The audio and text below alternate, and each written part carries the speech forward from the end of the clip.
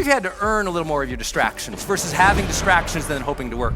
You're programming the pleasure and the reward with none of the effort, and then you're shocked you don't have the self-discipline that you desire. I don't have time, Brendon. I don't have time. How do you get so much done? I have 52 more work days than you. The average American is 4 hours of distraction. The more you are slave to distraction, the more you feel trapped in life.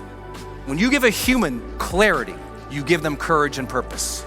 Get more clarity, you'll get those 2 hours back. Then you get that focus back. Then you get your days back.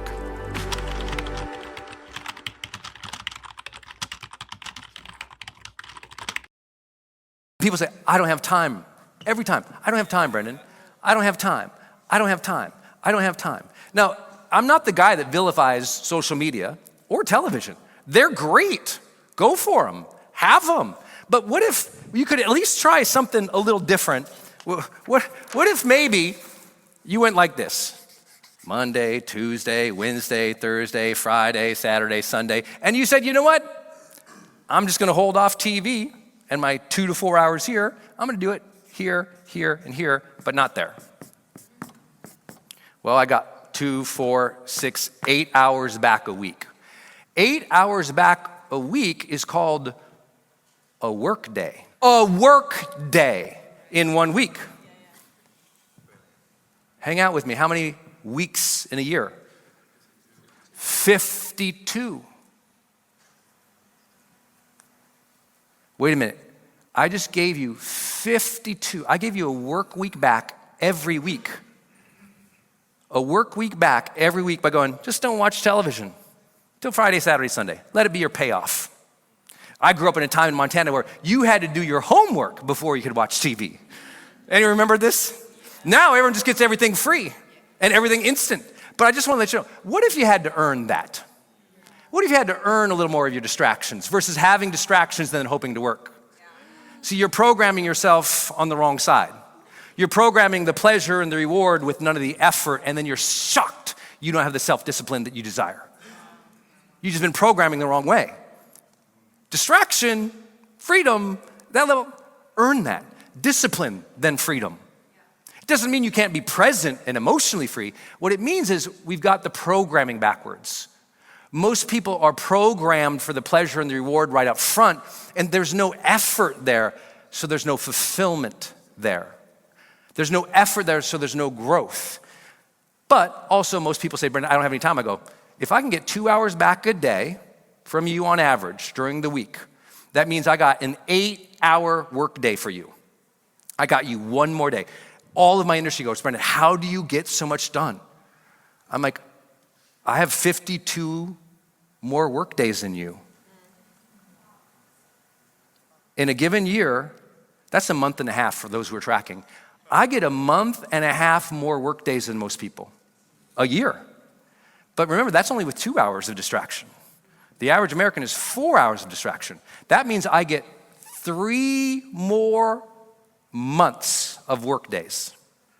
You save yourself 4 hours a day. If you can rip out that distraction, you get 3 more 8-hour work days.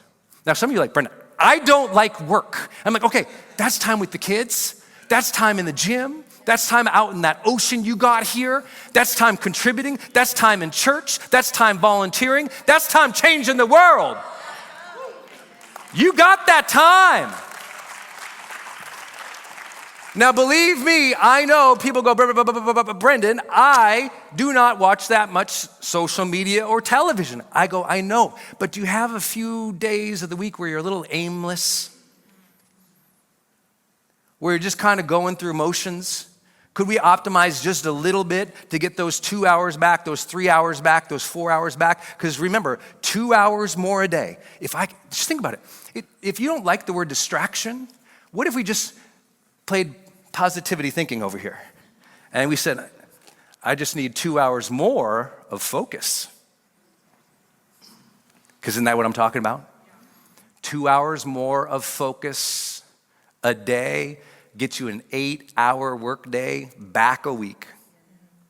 2 hours of focus a day gets you a month and a half of 8-hour work days.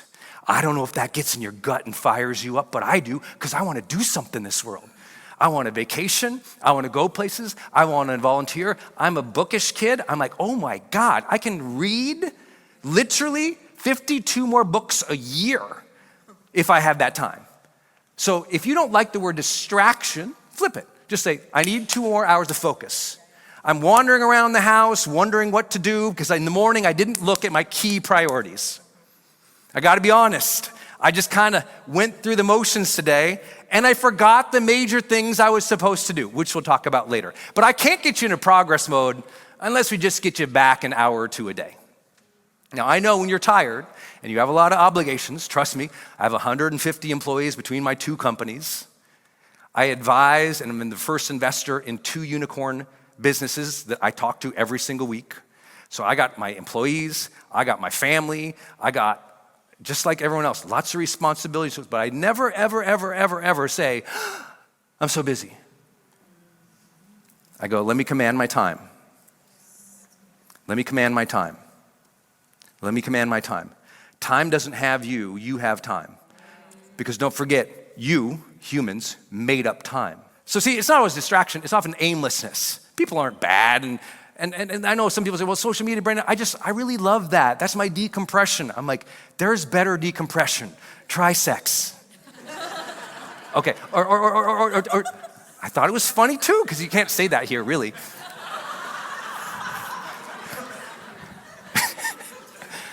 Go for a walk, breathe, go for a jog, do that yoga, sit in your red light therapy, take that sauna session, go play in the yard with the kids. You can use your 2 hours better. And I'm here to tell you, life comes back when you start building that in.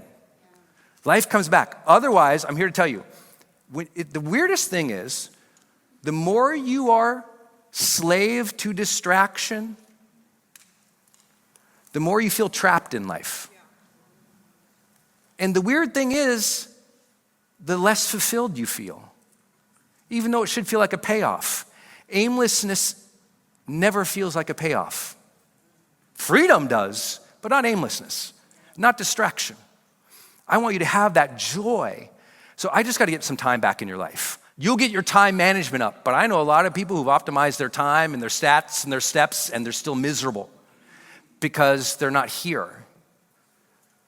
They're the robot with historical memory, and they're lacking that creative divine vision for the future. Those old stories. Now, I'm not going to be therapist with you here today and talk about old stories the way maybe you've studied. I know many of you are in this world of personal development. This is not your first rodeo. So let me share it in a different way for you. How your old story comes up a little bit in the now, in modernity for your life, in this chapter of your life. It's very simple because it happens for everybody. It's like, sounds like something. Old stories sounds like something. And here's what it sounds like. I know when your old story comes up, your old story almost always jumps up when you want to progress, when you want to change, when you want to work out, when you want to love again, when you want to risk again, when you want to build. That's when the old story sparks. But it doesn't always start with a story. Sometimes it's a vision, it's a thought, it's a concern, it's something scary, and all of a sudden you just get stuck. Well, your old story almost always emerges like this. What if? And then you fill in the blank with a negative. What if followed by a negative? What if it doesn't turn out? Well, why do you believe it might not turn out? What if I can't handle it? Right? What if followed by a negative statement? What if I can't handle it? Why do you believe you can't handle it? What if they make fun of me, reject me, criticize me, find me out? Why do you think those things would happen? Most of us are pinging back to a reference point in the past, an old narrative, an old chapter, an old situation, an old event that isn't here, but we're pinging back. We're checking that reference. We're pinging back and living there in that moment where we were rejected. That fear is coming back for us. Psychologically, it's like, well, what if? It's not so like, well, it's because of this. No, usually it's like, what if it's an instant, like, what if this fails? What if it doesn't work out? What if? And most people, that becomes a downward spiral into old stories, situations, and persons. And so they're in a downward spiral of old situations, stories, and now they ruminate. And as you know, the mental health experts in this room know, a lot of rumination often leads to depression. The longer you ruminate on negative thoughts or old disempowering situations or harmful situations, the longer you ruminate without the personal power there, the more it bums you out. And you stop. But what happens in real enlightenment and maturity and that awakening for people is when they realize all of that isn't actually here right now. It's not that it did not happen, it's just not actually here. Like, not now. Like cognitive behavioral therapists will just talk about the power of thoughts. And you have to realize, oh, there are thoughts you are conjuring or not. And sometimes progress mood means you conjure them into the future.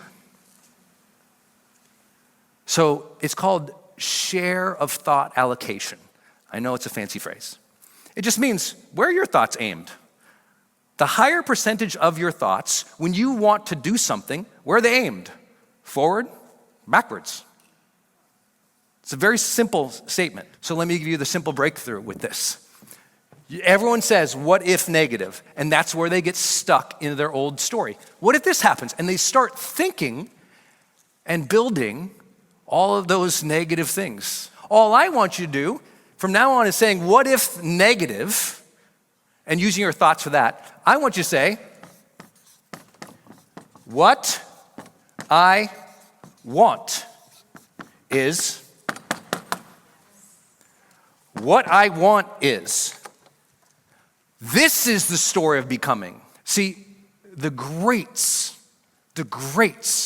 of all time, every historical figure, it's like they had a spear of purpose.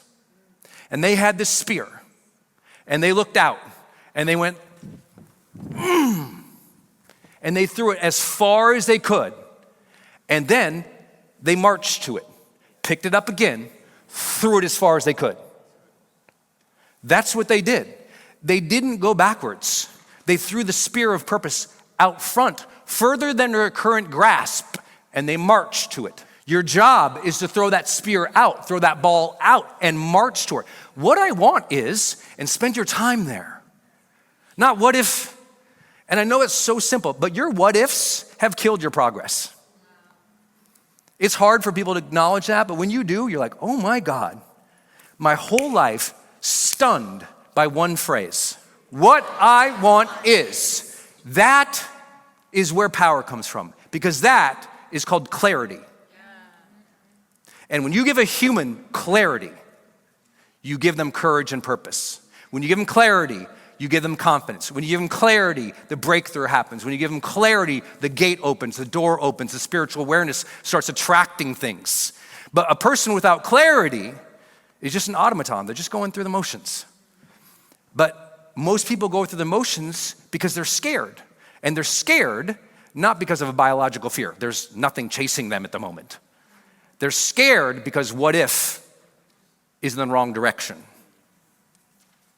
See, we can rationalize and we can experiment and we can conjecture into the future.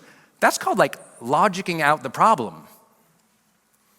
It's different than operating from the past. If you do what if, then please cast it in the future. What if she says yes? What if this turns out so great? What if I'm able to serve? What if I'm this? But I'd rather just go, what do I want?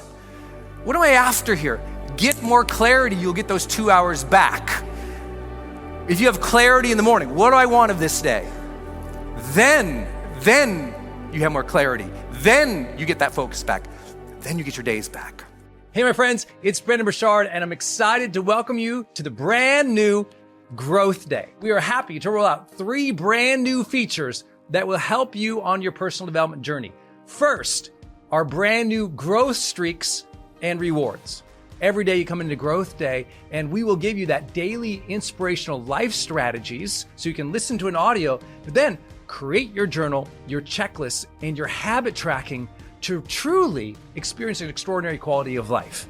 We will also roll out to you the world's best AI life coach. This AI life coach has been trained on almost 20 million words of my deep dive training in high performance, motivation, and psychology. And third, all access pass to the world's greatest personal development teachers, coaches, and trainers. These are the world's best, highest paid keynote speakers, coaches, and teachers who can really take your life to a deeper level because we have over 400 classes, over 40 deep dive courses, and those are available to you right now, all in Growth Day. Lasting change begins with a daily personal growth practice, and that is why you should be using Growth Day. I can't wait for you to use it and to level up your life and become more. Go get your growth streak and Growth Day right now.